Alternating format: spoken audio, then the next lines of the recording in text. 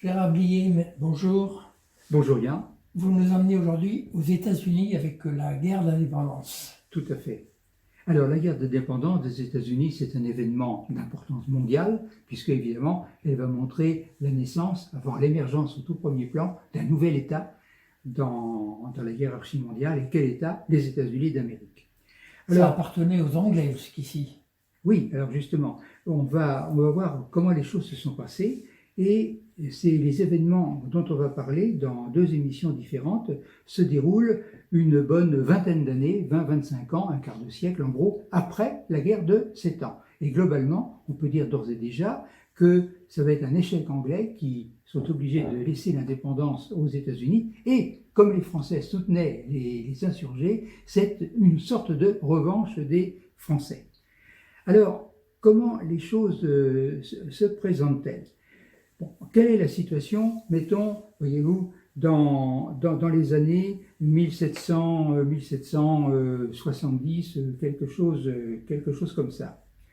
Eh bien, la France est évidemment sous le choc de ces défaites de la guerre de 7 ans, et il y a en France un grand désir de revanche. Ce n'est pas nouveau, c'est récurrent depuis des siècles, c'est comme ça. Bon. Et le roi Louis XVI, qui n'est pas aussi faible que certains ont bien voulu le dire, a la chance d'avoir un grand ministre des Affaires étrangères, Vergennes, et ce ministre qui voit clair dans le domaine colonial, qui se rend compte que la France ne peut pas rester inactive et qu'il faut faire quelque chose pour lutter contre la montée en puissance de l'Angleterre, Vergennes fait la paix avec l'Autriche et la Prusse en Europe pour que la France, le cas échéant, puisse consacrer tous ses efforts outre-Atlantique. Et alors aussi, et là c'est très important ce qui va suivre parce que c'est un changement par rapport à la guerre de 7 ans, eh bien, voyez-vous, la France, à l'initiative de Louis XVI et de ses ministres, mais de Louis XVI, la France fait un énorme effort dans le domaine naval. C'est-à-dire que les ateliers, les chantiers de Rochefort, de Brest, de Toulon tournent à plein régime et la France se dote, dans l'espace de quelques années, de l'une de ses plus belles flottes de l'histoire, à telle enseigne que les Anglais, qui sautent au courant, sont très inquiets. Ils voient des navires de guerre français de grande qualité, nombreux, construits chaque année, et naturellement, ça ne leur fait pas plaisir. D'autre part, grâce à un certain Gribeauval, l'artillerie française fait d'énormes progrès, les canons français sont excellents, et ça va évidemment compter. Alors, en Amérique, quelle est la situation? Eh bien, après le départ des Français, un ensemble a été constitué, ce sont les 13 colonies d'Amérique, c'est-à-dire ces colonies d'Amérique, ça constitue ce qu'on appelle maintenant la Nouvelle-Angleterre, avec les possessions canadiennes, c'est-à-dire que les Français ont été éjectés et les Anglais peuvent penser qu'ils sont légitimement maintenant tranquilles, qu'ils sont les maîtres chez eux. Bon. Alors pas tout à fait, pourquoi? Eh bien, tout simplement parce que les colons anglais, la population anglaise, les colons français sont maintenant, ceux qui ont pu rester sont minoritaires, mais les colons anglais, qui sont des citoyens de Sa Gracieuse Majesté, eh bien, ces colons anglais veulent s'affranchir de la tutelle de Londres, très rapidement, parce que ce sont des hommes et des femmes extrêmement toniques, énergiques, dynamiques. Ils veulent avoir au moins une certaine autonomie. Et il y a des leaders qui émergent, un Jefferson, un Franklin, et puis surtout George Washington. Alors ça, ce sont donc des Anglais, comme les autres, mais des Anglais qui veulent évidemment que les 13 colonies d'Amérique bénéficient d'un certain nombre d'avantages dans le domaine de l'autonomie accordés ou arrachés à Londres. Intransigeance de Londres. Et c'est ainsi que dès 1775, on voit apparaître une révolte ouverte. Et alors, ces colons anglais dans les 13 colonies qui se révoltent, on va les appeler les patriotes, TS en anglais, patriotes ou insurgents, pas insurgés, insurgents. Alors les insurgents et les patriotes, insurgents ou patriotes, ce sont donc des Anglais qui se révoltent, qui veulent leur autonomie sur place, créer quelque chose de nouveau, et qui se révoltent contre évidemment la tutelle anglaise. Alors, les échos sont très favorables en France, pour deux raisons. Bon, d'abord, on l'a dit au début, quand en France on apprend que les Anglais qui nous ont étrillés au Canada, à la bataille de Québec, ont les pires difficultés maintenant avec leurs colons, on se frotte les mains. On dit, c'est bien fait pour eux. Et naturellement, beaucoup de sympathie automatiquement pour les insurgents. Parce que ça peut permettre à la France si elle aide d'une manière à déterminer les insurgents, ça peut lui permettre de prendre une sorte de revanche, au moins indirecte, sur l'Angleterre. Et puis il y a aussi autre chose, c'est que ces hommes, Jefferson, Washington surtout, ce sont des hommes épris de liberté et qui sont très influencés par les philosophes français. C'est le siècle des Lumières. Donc en France, il y a tout un courant autour des philosophes français, voyez-vous, et ces philosophes qui prônent, Montesquieu, etc., qui prônent bien sûr la liberté, le parlementarisme, une vie politique apaisée, et où chacun pourrait s'y retrouver. Ces idées, les idées qui sont celles des idées des insurgents, plaisent énormément, et par conséquent, voilà une deuxième raison, il y a une raison idéologique qui fait qu'en France, il y a un courant de sympathie pour les insurgents, avec en plus donc le désir de prendre la revanche pour l'Angleterre.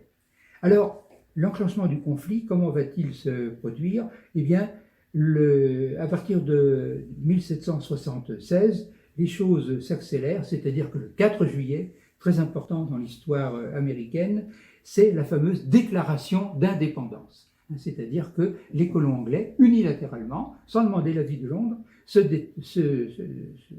déclarent indépendants et donc constituent un État qui rejette totalement la tutelle de Londres. C'est le jour anniversaire, Independence Day, tous les ans, le 4 juillet, évidemment, c'est fêté dans la mesure où c'est l'acte de naissance, voyez-vous, des États-Unis. Alors à ce moment-là, bien sûr, les Anglais ne peuvent pas accepter ça, et c'est donc la guerre. Ça c'est classique, hein, c'est-à-dire on a connu ça en Europe, en Afrique, par la suite. Bon, voilà une population qui veut son indépendance, et ceux qui dominaient ne veulent pas accorder. Donc c'est une guerre. Alors, les Français, du coup, vous allez me dire, que font-ils? Ben, évidemment, ils vont soutenir dans cette guerre les adversaires des Anglais, les insurgents. Mais ils vont être prudents. Pourquoi? Parce que, bien entendu, l'Angleterre a une bonne réputation militaire et on ne peut pas faire évidemment n'importe quoi. La France ne veut pas risquer une nouvelle guerre, grande guerre avec l'Angleterre. Alors, dans un premier temps, ce sont des armes, de l'argent, voyez-vous, qui, par l'Atlantique, sont acheminés et pour aider les insurgents. Ils reçoivent des armes, ils reçoivent de l'argent. Et c'est ainsi qu'en 1777, à Saratoga, les insurgents battent les Anglais. En 1778, eh bien, Franklin vient à Versailles, qui est évidemment la capitale de la France, la royauté, le château, et à Versailles est signé un traité d'alliance franco-américain. Alors là, les choses s'accélèrent. La France entre dans le jeu. Un traité d'alliance franco-américain, ça ne veut pas dire déclaration de guerre de la France à l'Angleterre, mais ça y ressemble à partir du moment où on soutient évidemment les Américains. Alors donc, dans ces conditions, la guerre franco-anglaise, elle est inévitable et elle se déclenche. Il n'y a pas de déclaration de guerre officielle, mais on se retrouve en état de guerre rapidement.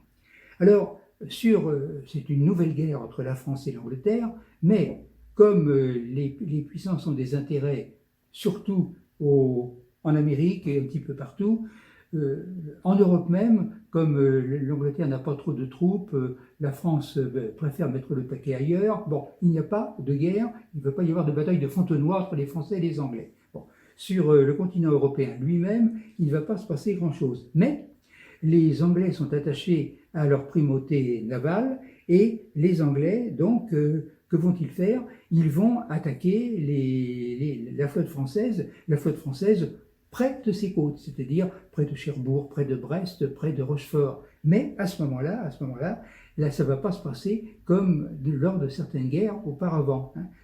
La houppe ne va pas se reproduire. Pourquoi? Eh bien parce que là, la France a le bénéfice de la construction de cette très belle flotte de guerre, et les Anglais ont en face d'eux des bateaux plus nombreux, meilleurs qu'auparavant, et très bien dirigés. Il y a des amiraux comme Lamotte Piquet, comme Suffren, par exemple, hein, qui tiennent tête, qui sont les égaux des meilleurs amiraux anglais.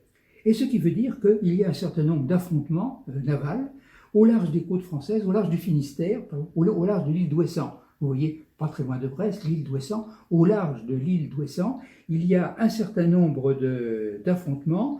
La France, la marine française ne gagne pas tout le temps, mais elle gagne le plus souvent. Et les Anglais sont étonnés de voir la qualité et le tonus de cette nouvelle flotte française.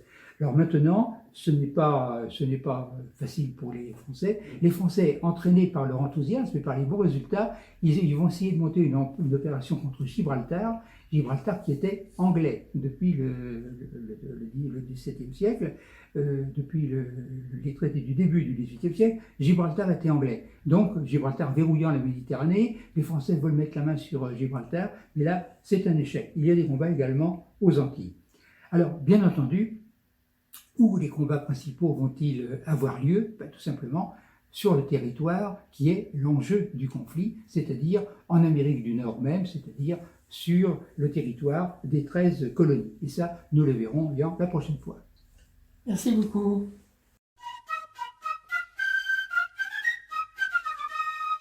La rivalité franco-anglaise domine l'histoire de l'Europe occidentale depuis plus de 1000 ans sur terre comme sur mer, depuis Hastings jusqu'au Brexit.